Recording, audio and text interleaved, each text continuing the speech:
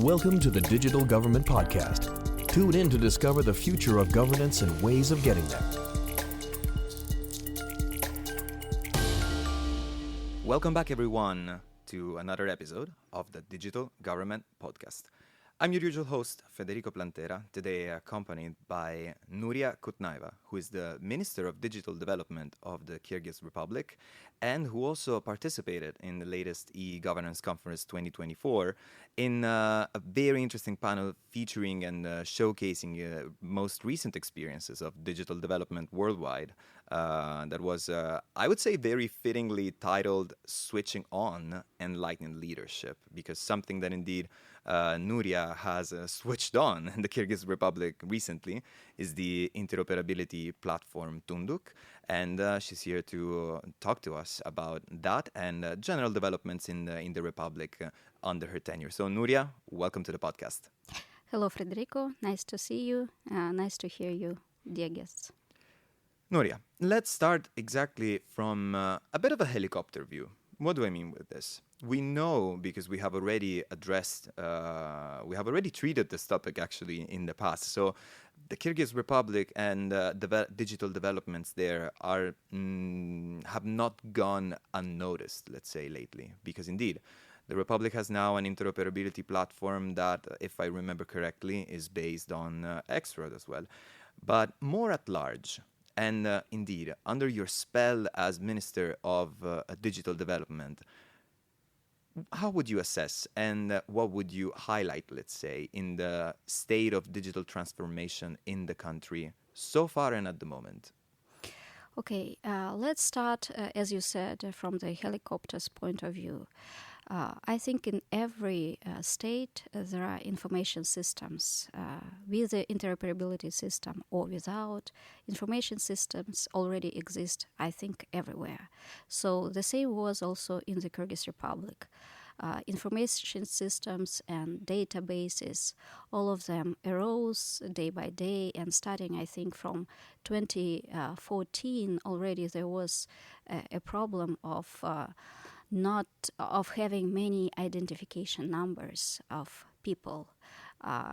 You know that every citizen has to have an identification number. Mm-hmm.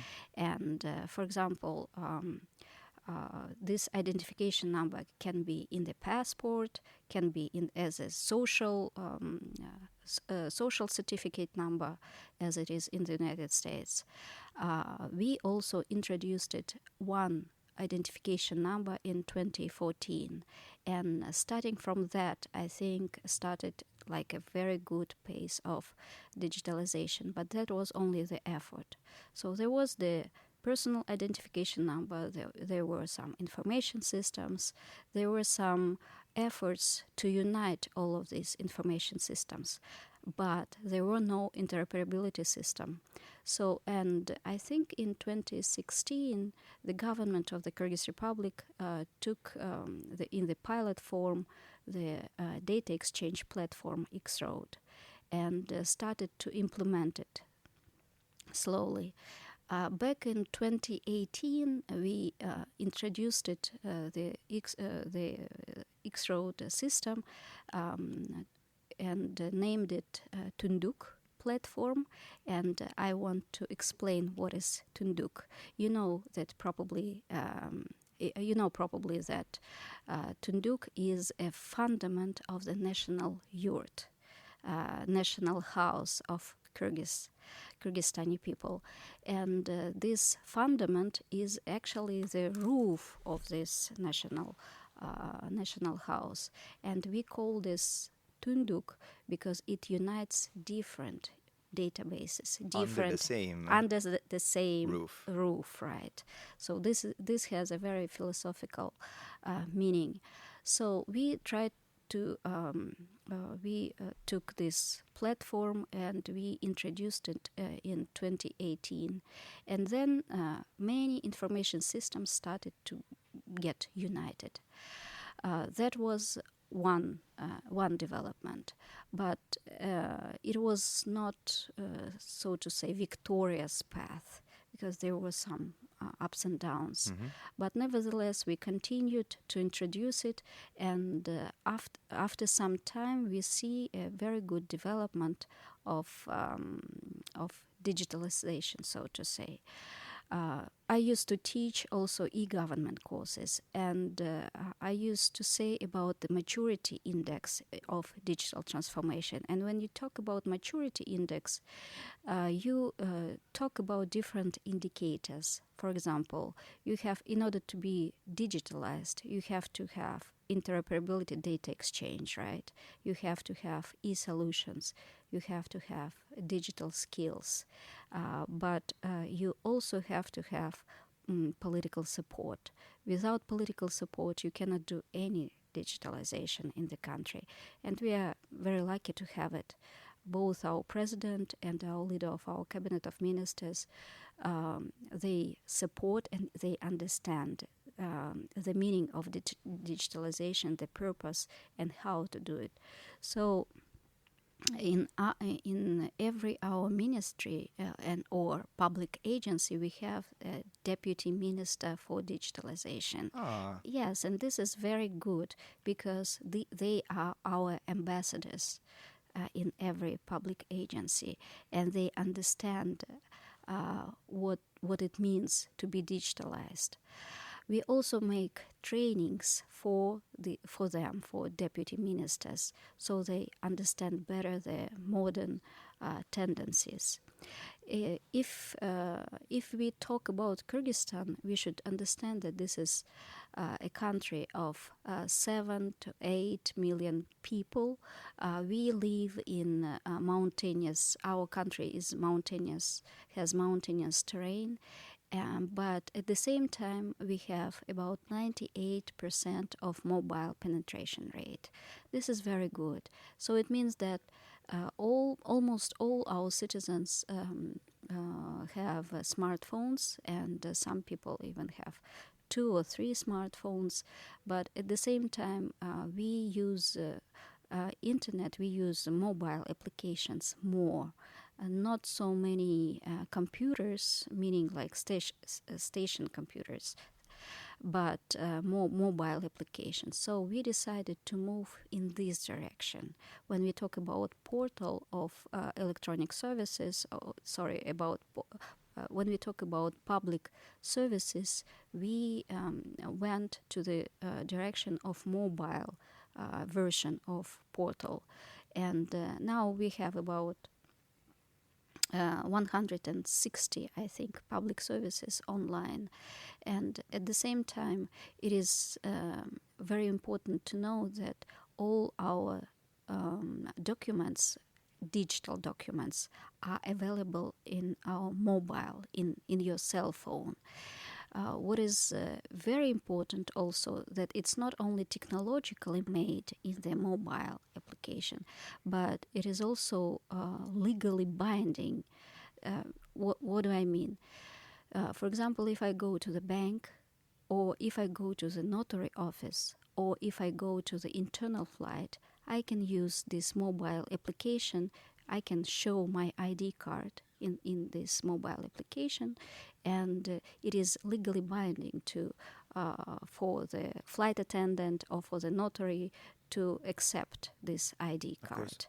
And it's not only ID, we have also vehicle certificate there, the birth certificates, and many other things, pensioners ID, and we are going to make some other documents included in this mobile application, but it's not the whole thing.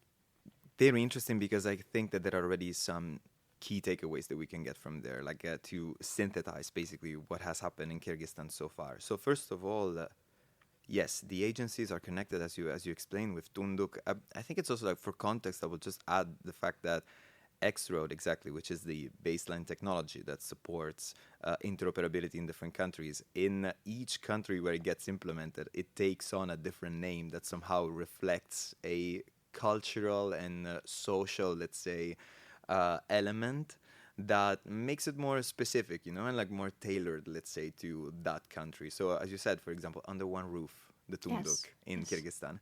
And that's already one thing.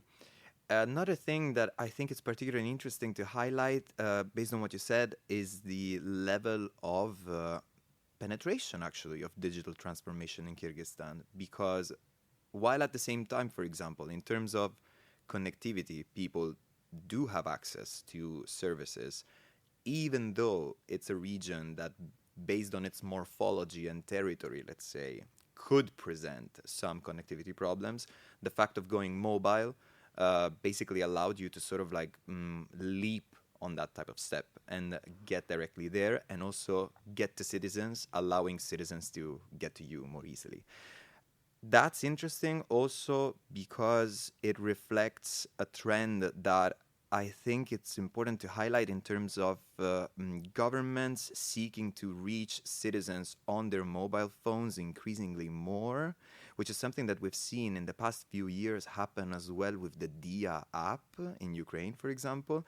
And in any case, with the creation of access points and like gateway portals, let's say, to public services that are available online that people can have exactly on their phones. So a resume, let's say, of their documents and of their data as well, which helps retain control and a better oversight as well, no? On someone's personal data.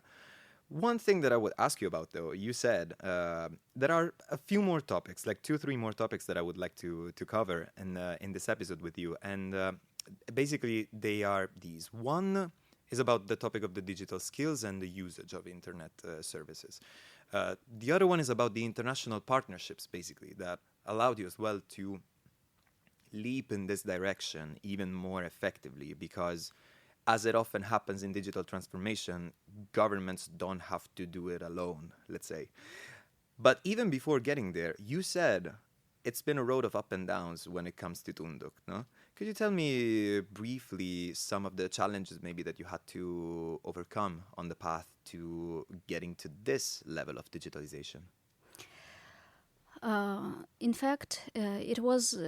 I think that in every country, the path of digitalization is A rocky road. It is a rocky road, and it's not always victorious. I think that all people who make digitalization, they face different challenges and different surroundings. Well, first of all, we have to think about changing mindsets. When people think about digitalization, they think that this is only technological thing. They think, this is IT thing, and probably if we make IT solutions or digital solutions, everything should be like go very smoothly.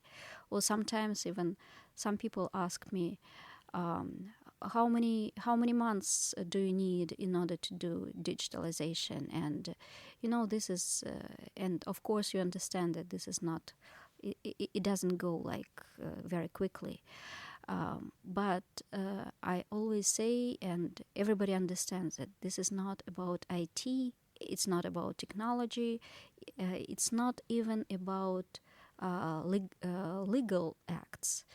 Although IT solutions and introducing legal acts is very, very important. It's always about changing mindsets of people. Mm-hmm. This is, I think, it is the most challenge. It is most important, but also very difficult. Because how to explain to people that in order to introduce digital things, you have to first change the laws.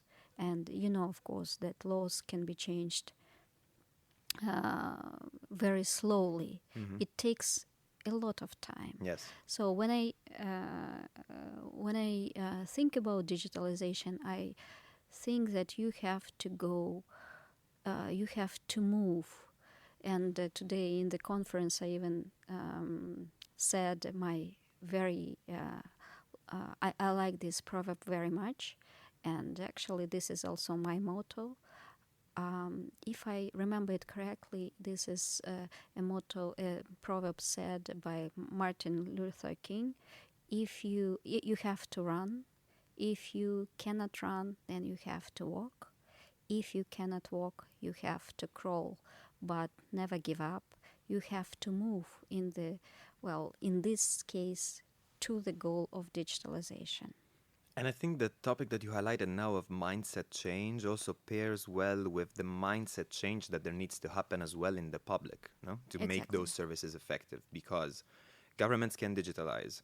There could be any, smart agendas and plans, but if in any case we develop services and we don't make them accessible enough, or at the same time develop culture and skills for people to access those services effectively and use them, then obviously it's a digital revolution that is only half successful, let's say, that is only successful for the checkboxes, but not really for actually improving the transformation of the country.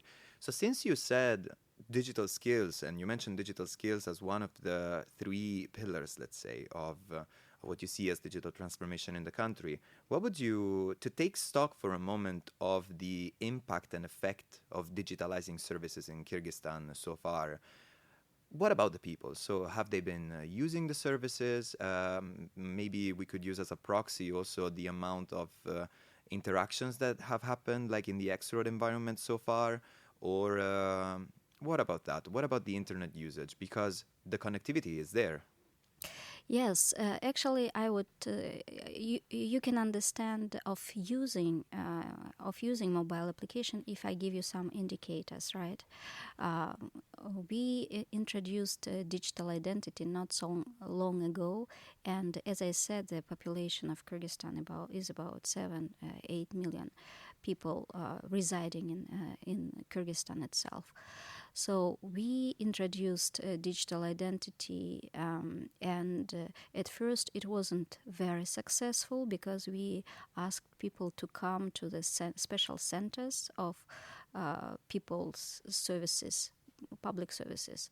But then last year in September 2023, we said we also introduced a service of distant taking the digital identity, of distant receiving digital identity by Face ID.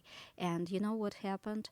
About 1 million people, ever since, like for, I don't know, 8 months or so, they received digital identity by their mobile application. Wonderful. Yes. A real need. A real need, yes. And what we did, the next step was to give these mobile applications APIs, which means like service to other mobile applications of businesses, for example, of banks or of cell phone companies. And they did a great job spreading the word about this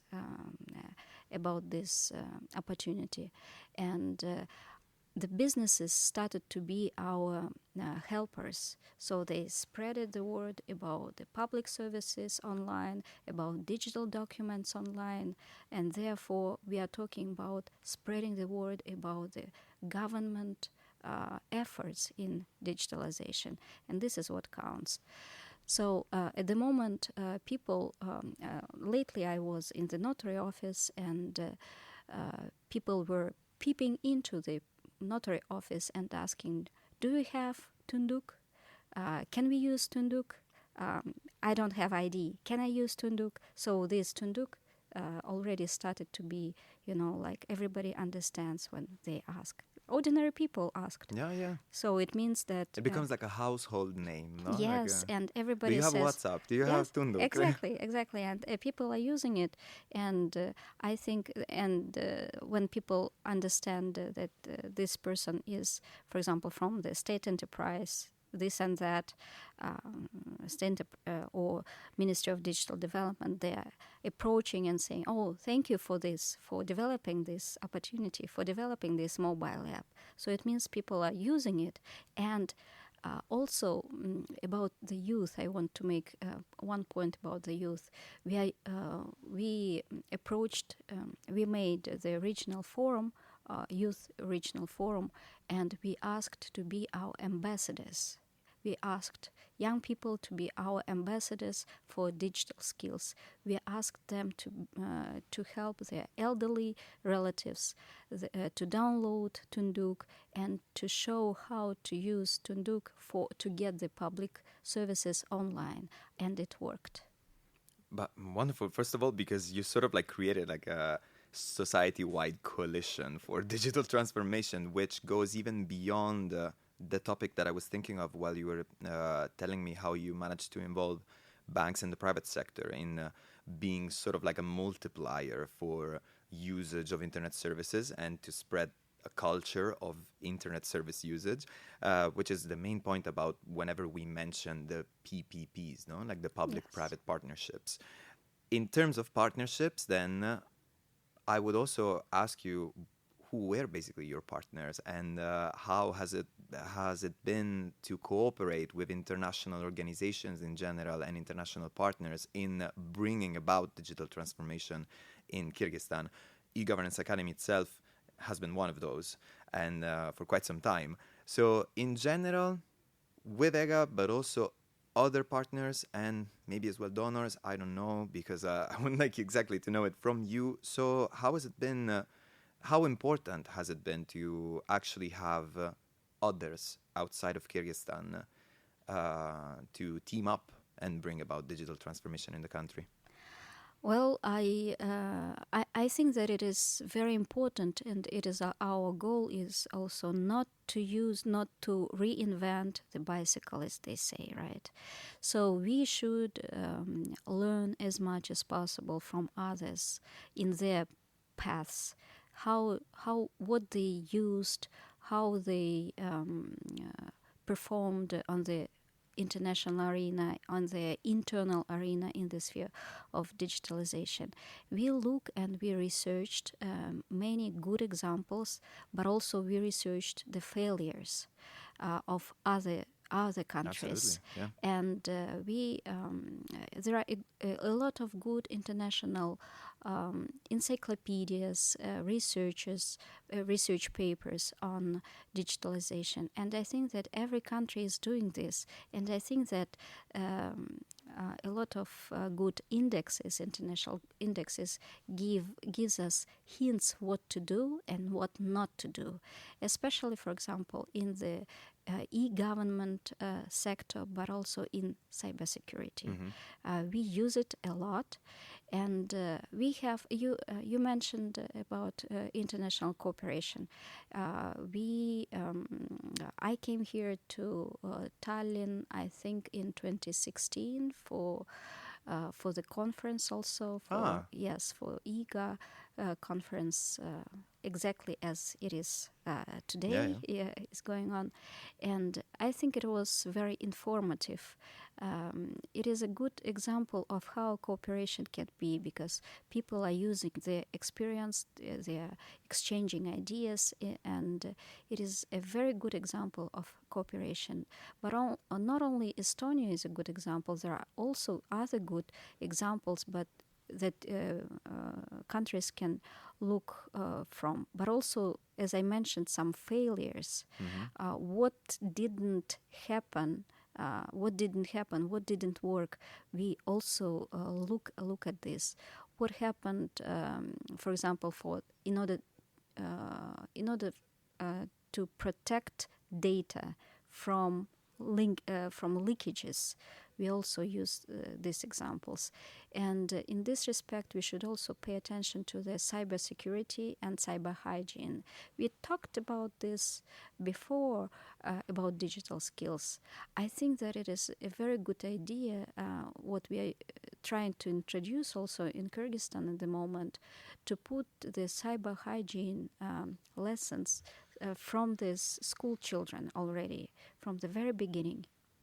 Also because cyber hygiene starts from a daily practice, and it's the first line of defense in that sense, no? Yes, because children at the moment, they are using mobile applications, they're using cell phones of their parents, and also for themselves they use it. And sometimes we also had some cases in Kyrgyzstan when children getting some SMSs from the banks, and they get clicking links, yes, and then suddenly a lot of money are disappearing. So therefore, we have to teach children from kindergarten about cyber hygiene. Very simple things.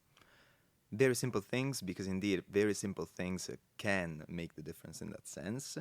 And another thing that I would like to note from what you just said is that you said to use best practices, like learn from others' failures, but also from others' willingness to put at the disposal of governments worldwide, once they develop a solution, things such as, for example, what supports Tunduk, so Extra, no, which is even like an open source solution. So I think it exemplifies very well this,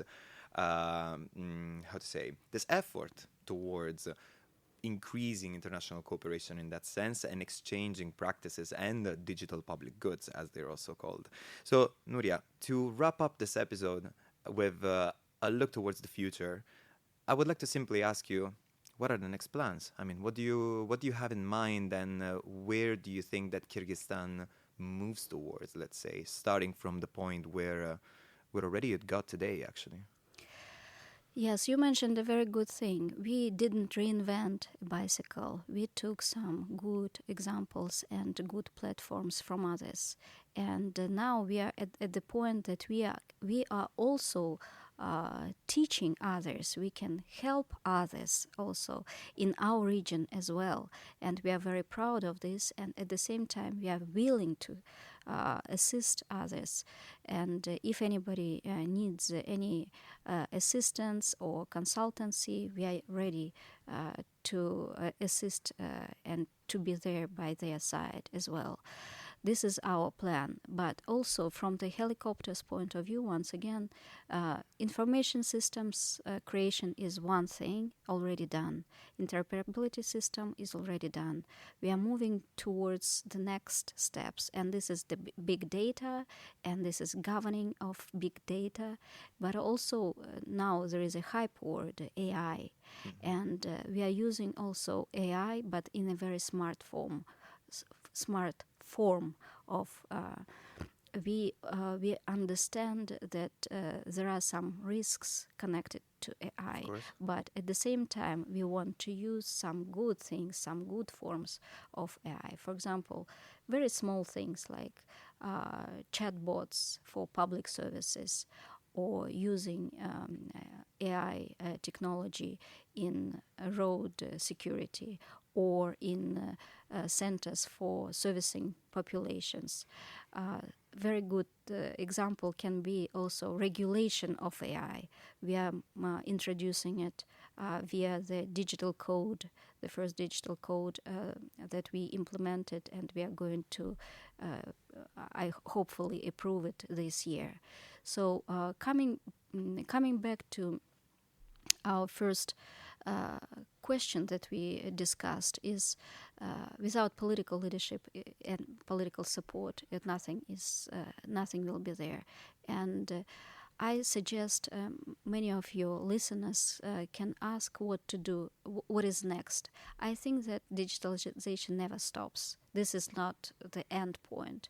This is always, we said, this is always a tool, and we should digitalize with smart solutions, maybe using AI, but with some frontiers of AI, because AI can be also dangerous. We understand that there are, for example, deep fakes, and deep fakes not only with images, but also deep fakes with voices, yes, which is very, very dangerous. Of course. You understand. AI with consciousness. AI with consciousness. And digitalization and the state that basically you have the maturity that you have reached at the moment in Kyrgyzstan, as you said, not as an endpoint, but as another milestone, another milestone that precedes more milestones. So Nuria, thanks a lot for joining us today, and thanks a lot for telling us about the state of digital transformation in Kyrgyzstan. Thank you, Federico. So this was Nuria Kutnaeva, Minister of Digital Development of the Kyrgyz Republic, and this is instead your usual host, Federico, wrapping up another episode and thanking you again for joining us in this conversation. What's left to do for me is just to wish you a good one and see you at the next one. This podcast is brought to you by the eGovernance Academy. Tune in next time.